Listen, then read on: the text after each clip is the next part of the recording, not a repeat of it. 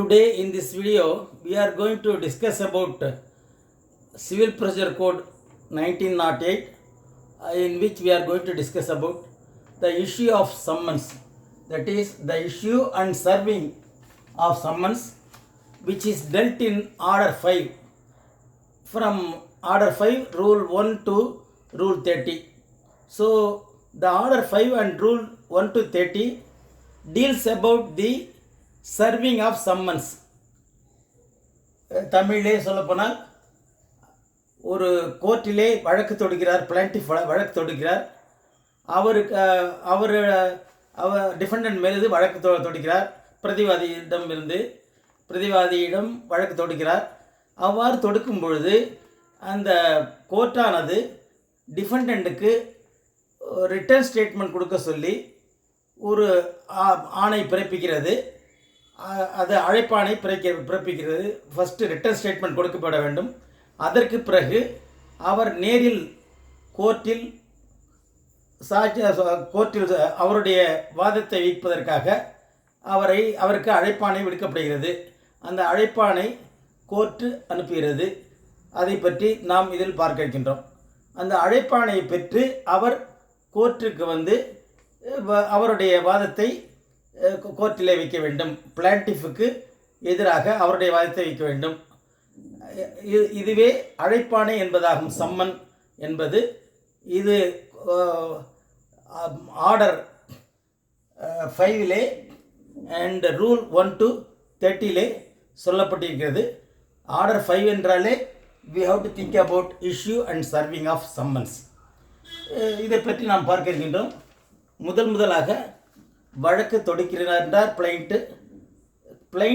plaintiff institute a suit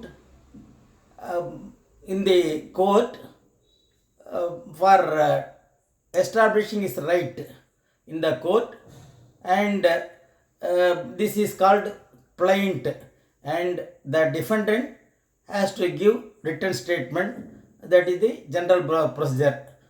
On receipt of the that is written statement, the court will fix the cause of action.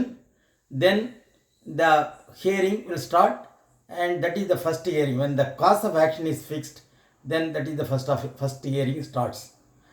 Now we will see the meaning of this issue of summons. This is a call letter to defense to attend court. Usually the summon is not explained in that is civil procedure code, but as per definition of that is dictionary meaning, the summon means call to the defendant to attend the court. Summon is a written order. ஒரு எழுத்து மூலமாக ஒரு order கொடுப்பது. டிஃபெண்டண்ட்டுக்கு order கொடுக்கிறார், பிரதிவாதிக்கு கோர்ட்டிலே வர வேண்டும் என்று கொடுப்பதற்கு ரிட்டன் ஆர்டர் என்று பெயர். அதற்காக அப்புறம் தென் apart from that, the summon will mention in which court the defendant has to attend. That also will be mentioned along with the plaint. Then object, that is usually the object is give time to the defendant to defend his case.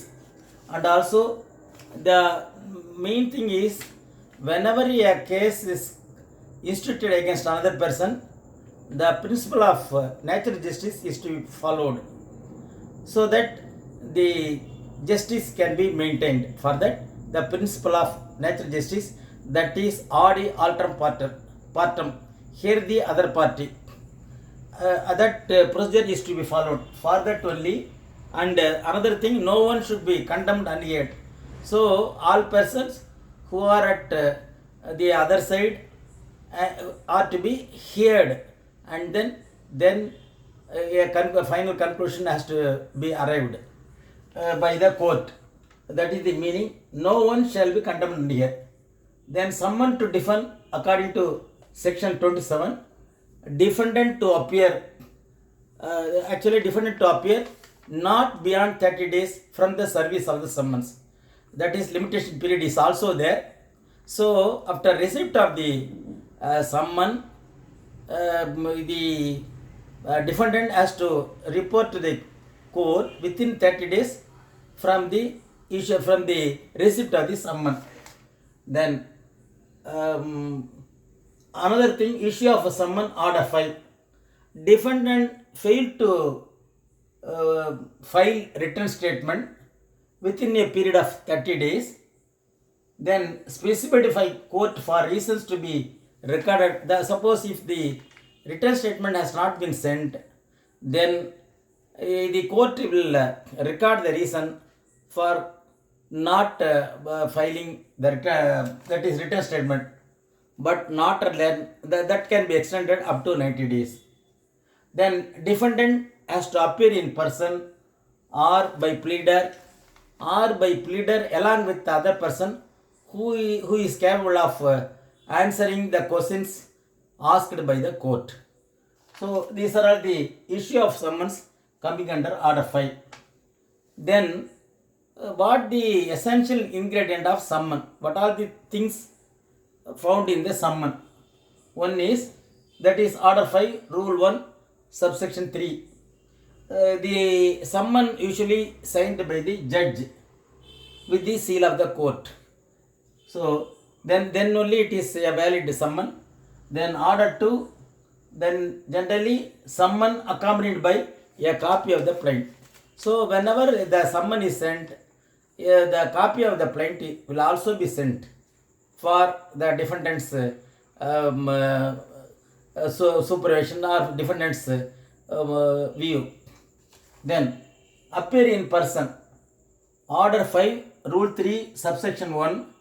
Court has reason to require the plaintiff. Suppose if the court has reason to require the plaintiff, that can also be ordered by the summon. Then order 5, rule 3, subsection 2. Court reason to require personal appearance of plaintiff on the same, it shall make order first. Suppose if the plaintiff also has to appear in person, that will also be mentioned in the summon. So the summon will be sent to plaintiff also. Then summon either to settle the issue or for the final disposal. The summon, if at all, if the proceedings are going on and everything is finished, and the summon is meant for the final stage, and after the hearing the final stage, the degree will be ordered, the judgment will be ordered by the judge. That is the, so it is either for the final disposal or during the course of the trial. So that is, the court see reason to require summons to settle the issue for final disposal.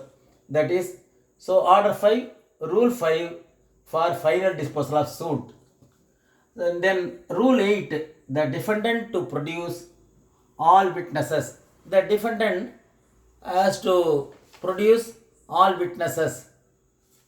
For that, a small cause. So suppose if the case pertains to a small case, it is for the final disposal of the suit. Then fixing day for appearance of defendant. Rule 6. The provision has been laid down in rule 6 for the date, time and other thing will be fixed with reference to current business of the court. That is, sufficient time given for defendant to enable him to appear in the court on such day and such a time mentioned by the court. Then summons to order defendant to produce all documents. The summon will also be issued to the defendant to produce all documents with the defendant, and it should be produced in the court.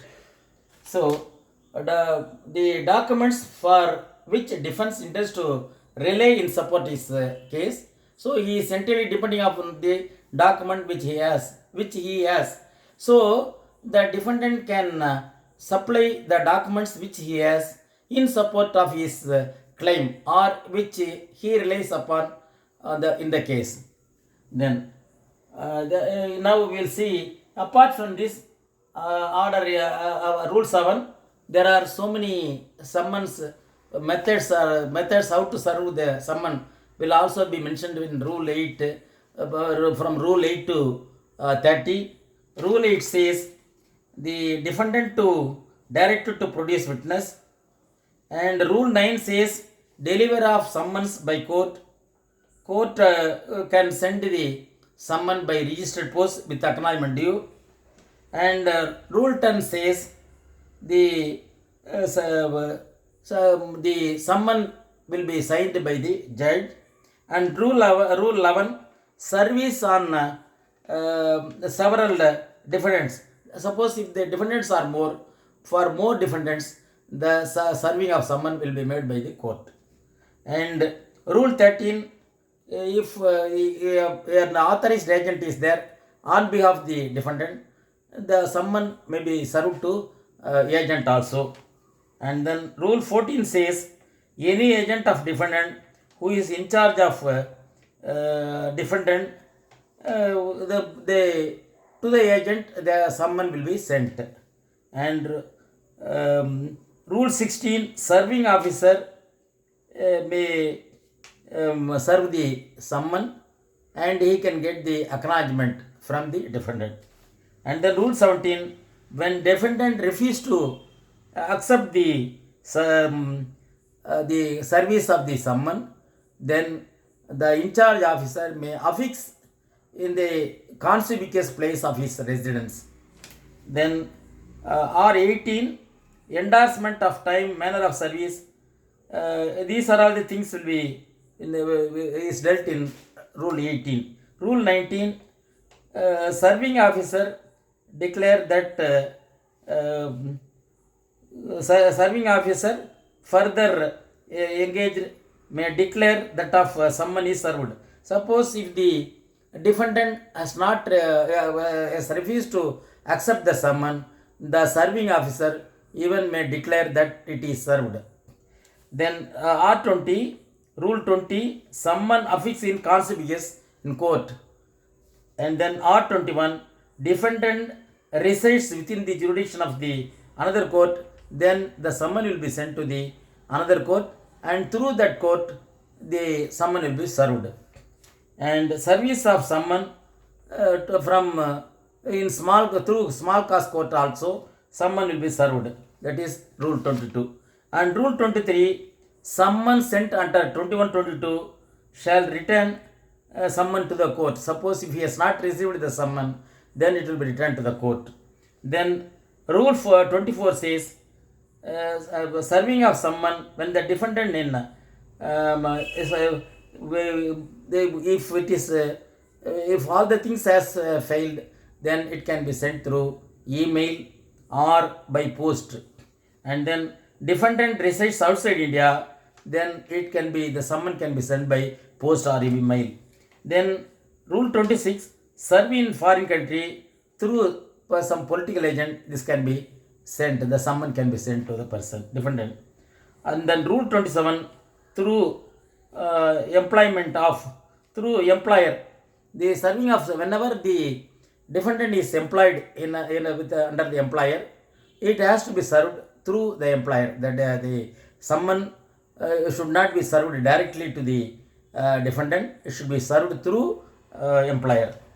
Then in case of Rule 28 and 29 is very important rule.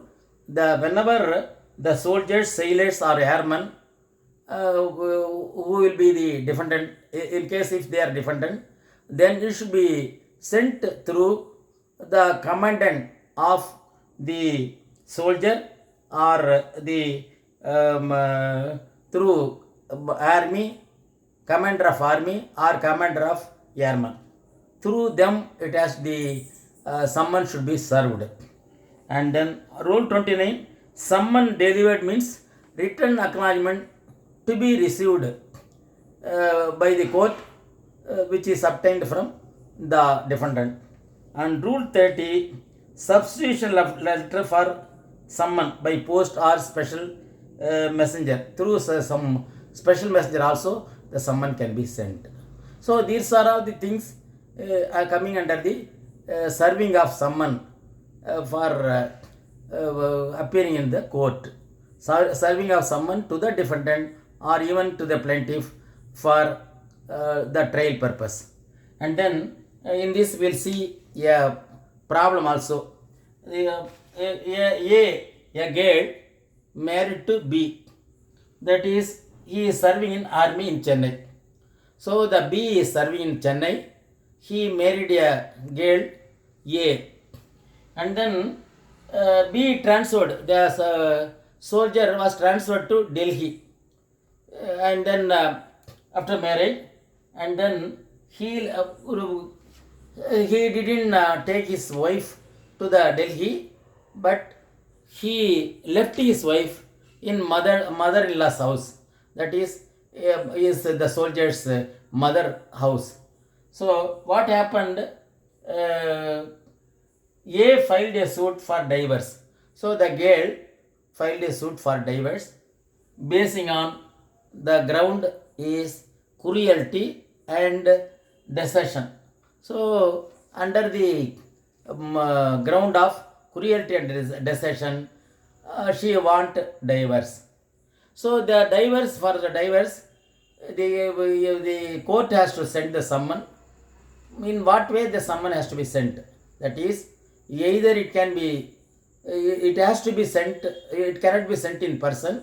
The address and other thing in Delhi has to be told by the soldier's wife, that is A.